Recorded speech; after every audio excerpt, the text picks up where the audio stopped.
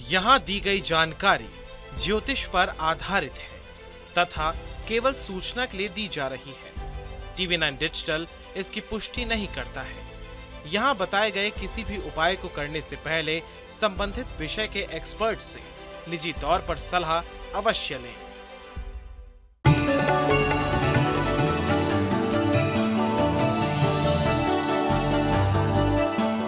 नमस्कार, astro science में आप सभी का स्वागत है। मैं हूं अंजलि और मेरे साथ हैं कार्यक्रम में एस्ट्रो साइंटिस्ट गुरुदेव GD वशिष्ठ जी। सर, आपका बहुत बहुत स्वागत है। दाता खुशियां दे, माता रानी सुख दे। कभी कभी ऐसा होता है कि आप कोई भी काम करते हैं लेकिन वो काम पूरा होते होते रह जाता है। ऐसा कई बार अगर हो रहा है तो आप समझिए कि आपके घर में कोई ना कोई वास्तु दोष है जिसको आपको गंभीरता से लेने की जरूरत है।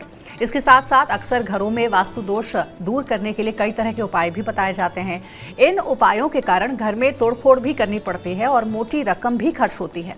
आपको इससे छुटकारा पाने के लिए ज्योतिष शास्त्रों में कई उपाय दिए गए हैं जिनका रुख करना चाहिए या आपके काम में आ रही बाधा को खत्म करने का काम करेंगे। तो चलिए जानते हैं उनके बारे में।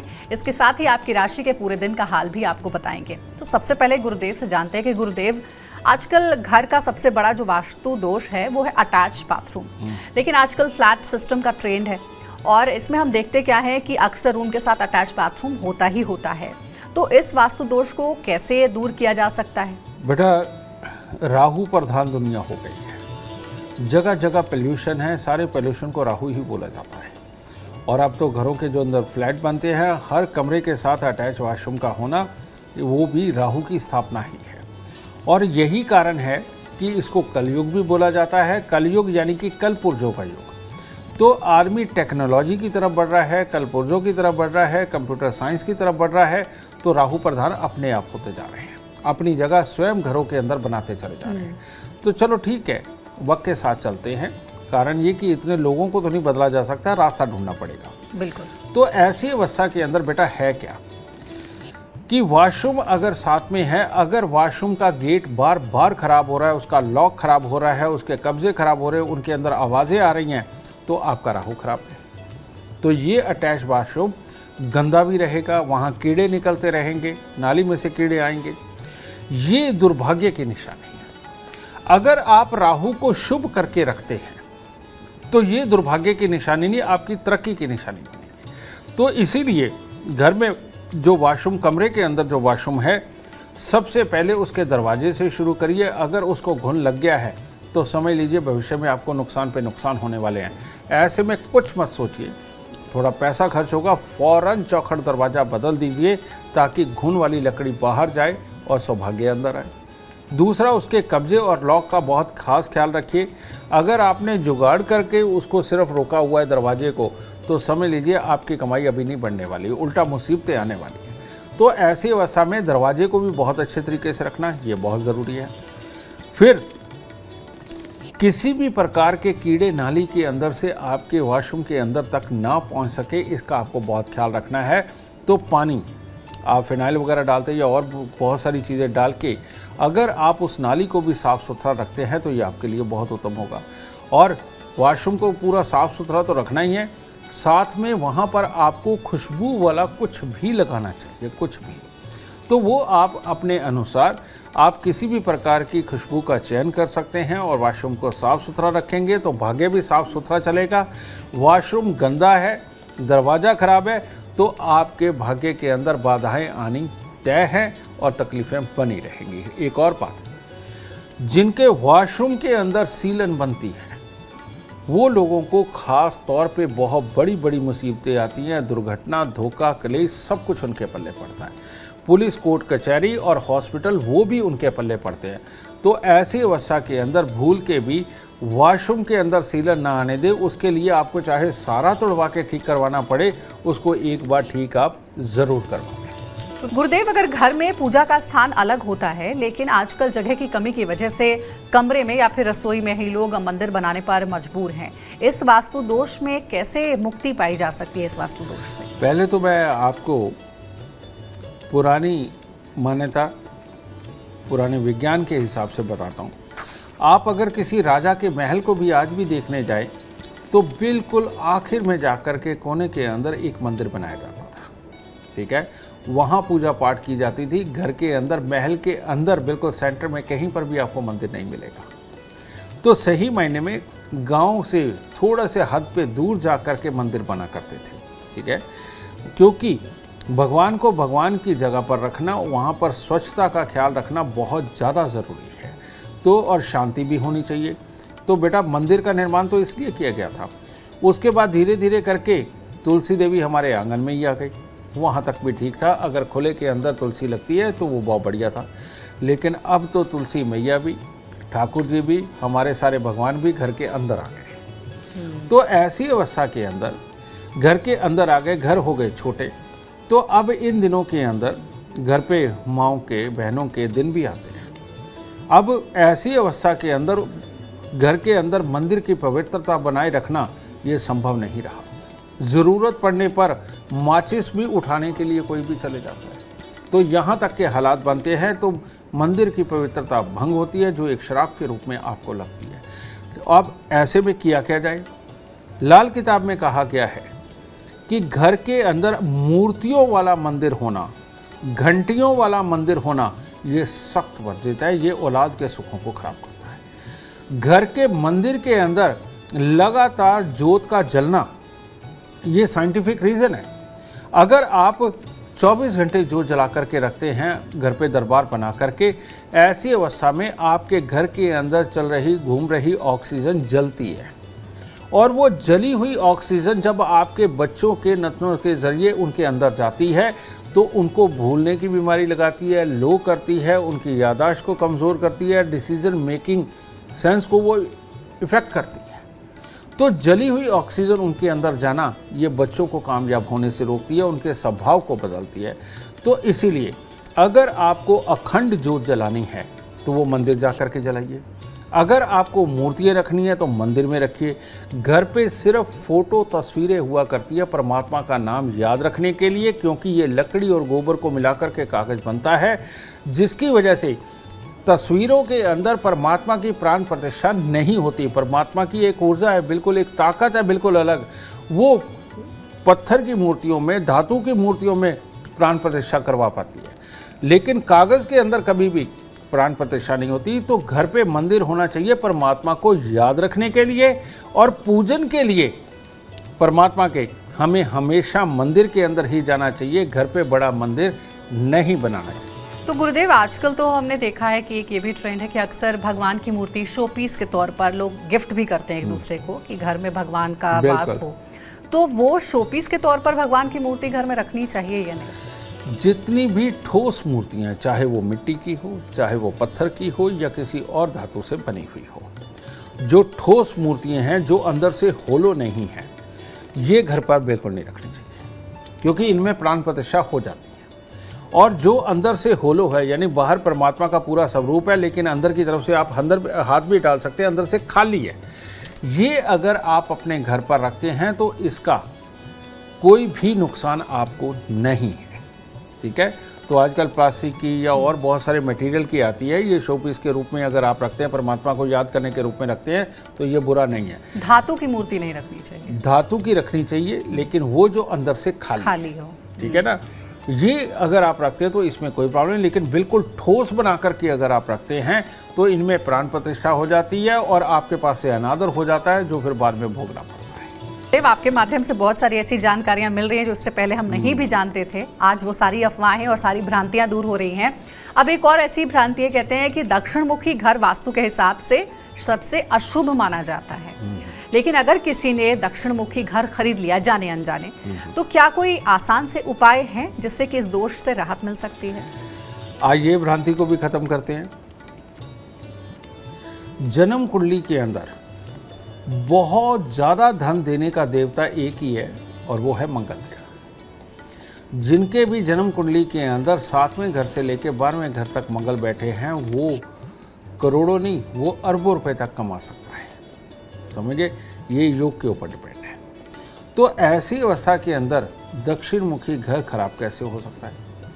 दक्षिण मुखी घर उन्हीं का खराब है जब मंगल स्वयं बहुत ही खराब अवस्था के अंदर बैठे हुए हों, और मंगल कैंसर कारक बैठे हुए हों, अल्सर कारक बैठे हुए हों, और या बहुत ख़राब जगह पर बैठकर हमारे पेट और आँखों को प्रभावित कर रहे हो, हमारे स्वभाव को ख़राब कर रहे हो, ऐसे लोगों के लिए दक्षिण मुखी मकान, घर के आसपास कीकर, बेरी, नीम का पेड़, घर के सामने धूल उड़ता हुआ मैदान, ये होना बहुत बहुत खतरनाक है।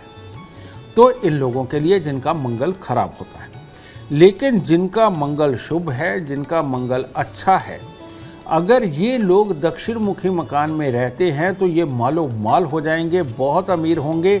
और आज अगर इन्होंने 1 करोड़ रुपए का घर बनाया है दक्षिण मुखी मकान में रहते हुए, ये 50 करोड़ रुपए का घर भी बना सकते हैं दक्षिण मुखी मकान में रहते हुए।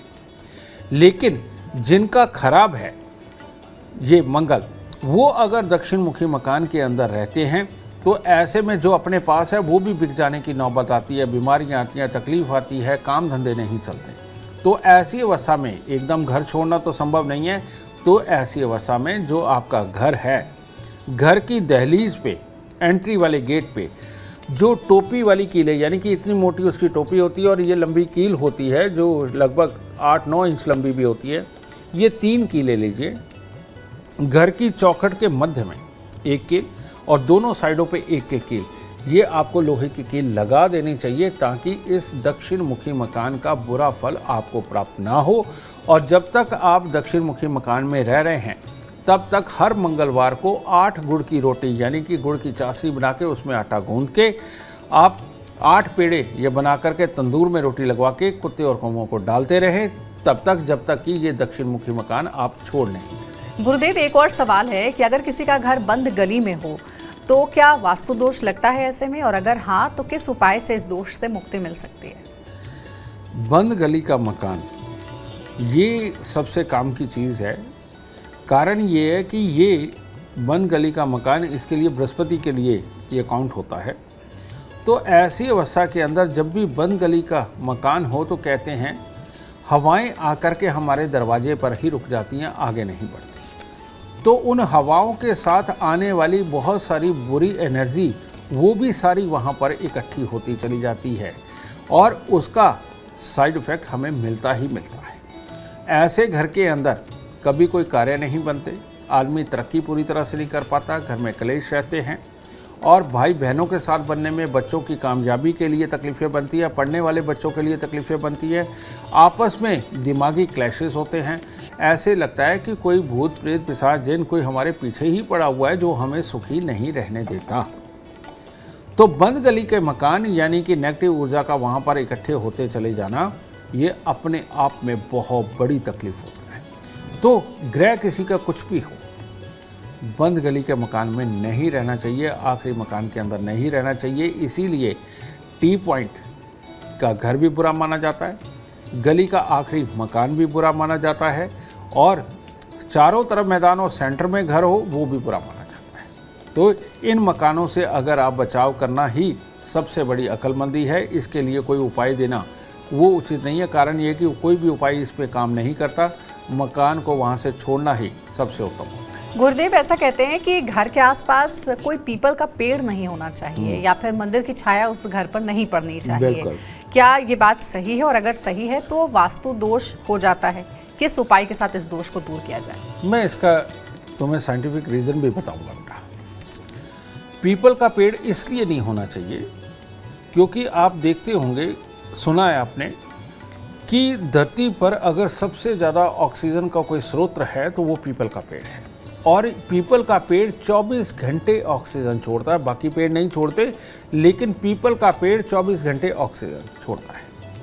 अब ऐसी अवस्था के अंदर जैसे ज़्यादा खाना खाने से पेट खराब होता है, किसी भी दवाई की ओवरडोज के कारण रिएक्शन आते हैं, ठीक इसी प्रकार से हर वक्त ऑक्सीजन का ज़्यादा रहना आपके दिमाग को पहले एक्टिव रखता है और ज़्यादा एक्टिव रखता है, और जिसकी वजह से गुस्सा, उतावलापन, चिड़चिड़ापन और कंसंट्रेट करके कुछ भी सोचना ये संभव नहीं हो पाता है। और जब ये सारी चीज़ें नहीं हो पाएंगी तो परिवार के अंदर कलेश, बीमारी, उतावलापन ये सब बन जाएगा, और जिसके कारण जो सीखने वाली प्रवृत्ति है, जो संस्कार निभाने वाली प्रवृत्ति है, उसमें कमी आने लगेगी। जब ये लंबे समय तक रहते हैं तो उस घर में बीमारियां भी आने लगती हैं, और पैसा खर्च करने के बहाने 100 बनने लगते हैं क्योंकि उतावलापन होता है। तो इसीलिए घर के साथ में पीपल का पेड़ होना इन सारी मुसीबतों की आमद होता है। इसीलिए पीपल का पेड़ घर के पास में बिल्कुल नहीं होना चाहिए। दूसरी बात, कहते हैं मंदिर की छाया घर पर नहीं पड़नी चाहिए। बिल्कुल सही कहा है। उसका कारण क्या है?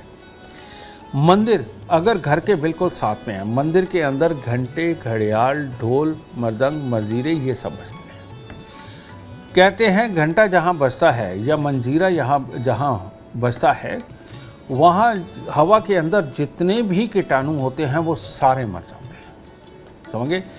और वो सारे मरने के कारण हाँ शुद्धता पैदा होती है, ध्यान लगता है। ये बिल्कुल सही है। लेकिन घर के अंदर रहते हुए जब मियाँ बीबी भी वहाँ रह रहे हैं, बच्चे भी रह रहे हैं, बड़े बुजुर्ग भी रह रहे हैं, तो घर है कंसंट्रेट करने के लिए, सोचने के लिए, हर तरह की ऊर्जा को ग्रहण करने के लिए। और हवा के अंदर भी बहुत सारे कीटाणु ऐसे होते हैं जो हमारे लिए फ़ायदेमंद भी होते हैं, तो वो भी मरने लगते हैं इन घंटे, घड़ियाल और मंजीरों की आवाज़ के कारण। तो ये भी मरने लगते हैं। अब वो एक जो चीज़ आपको मिलनी चाहिए वो नहीं मिलती, कंसंट्रेशन नहीं बन पाती। और बार बार जब आप बिज़नेस की गहराइयों को सोच रहे हैं, कुछ चालाकियों को सोच रहे हैं, कुछ तेज़ीपन को सोच रहे हैं, उस वक्त परमात्मा का ख्याल भी आना, घंटा घड़ियाल बजना आपको परमात्मा की तरफ केंद्रित कर देता है। यानी कि आपकी बिजनेस के अंदर की कंसंट्रेशन को भंग करता है, पढ़ाई के अंदर की कंसंट्रेशन को भंग करता है। जो चीज़ आप याद करने के लिए बैठे हुए हैं उसकी कंसंट्रेशन को भंग करता है, क्योंकि भगवान का डर भी बहुत बड़ा होता है। एक घंटी बजते ही ध्यान उधर जाता है और प्रणाम करने को मन करता है। तो ये पूरे दिन का उतावलापन बन जाता है मंदिर के साथ घर होने से, और जिसका नुकसान इंसान को अपनी निजी ज़िंदगी के अंदर चुकाना पड़ता है। तो इसीलिए मंदिर के बिल्कुल साथ वाला घर और पीपल के बिल्कुल साथ वाला घर ये बेहद नुकसानदेह माना जाता है।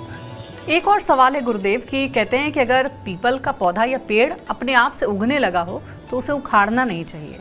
बिल्कुल, इसको उखाड़ा जा सकता है जब तक कि ये तना इस तरह से हाथ में ना आने लग जाए, तब तक उखाड़ा जा सकता है। और अगर ये इतना बड़ा तना हो गया, उसका कारण ये है ये ऑक्सीजन का सिलेंडर है। जब तक ये छोटा तना, पतला तना है, इतना है, तब तक कोई दिक्कत नहीं।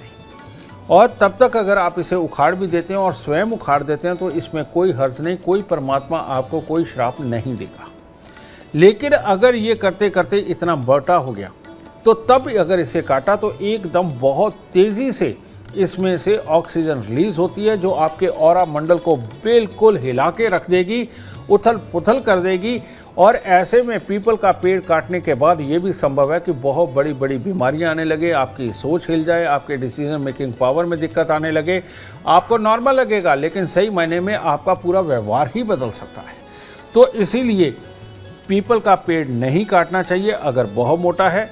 लेकिन अगर छोटा तना इतना सा मोटा या यहाँ तक का भी मोटा होता है, आप हाथ से पकड़ के भी उसको उखाड़ सकते हैं। ऐसे में कोई दोष आपको नहीं लगेगा। तो देखिए, गुरुदेव ने आपके हर सवाल का जवाब दे दिया है।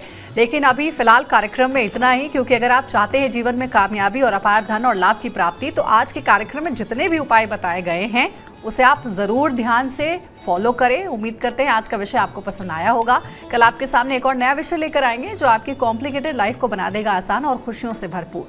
अगर आप हमारे गुरुदेव से मिलना चाहते हैं, उनका अपॉइंटमेंट चाहते हैं, तो कॉन्टैक्ट आप कर सकते हैं। नंबर है 9999990522। आप भी सुख, समृद्धि और खुशहाली चाहते हैं और चाहते हैं आपके दुखों का अंत हो जाए, तो इसके लिए एस्ट्रो साइंस ऐप डाउनलोड करना ना भूलें। फिलहाल समय हो गया आपसे इजाजत लेने का। आप बने रहे हमारे साथ और हमारे एस्ट्रो साइंटिस्ट गुरुदेव GT वशिष्ठ जी के साथ देखना ना भूलें। एस्ट्रो साइंस रोजाना सुबह 8 बजे। नमस्कार।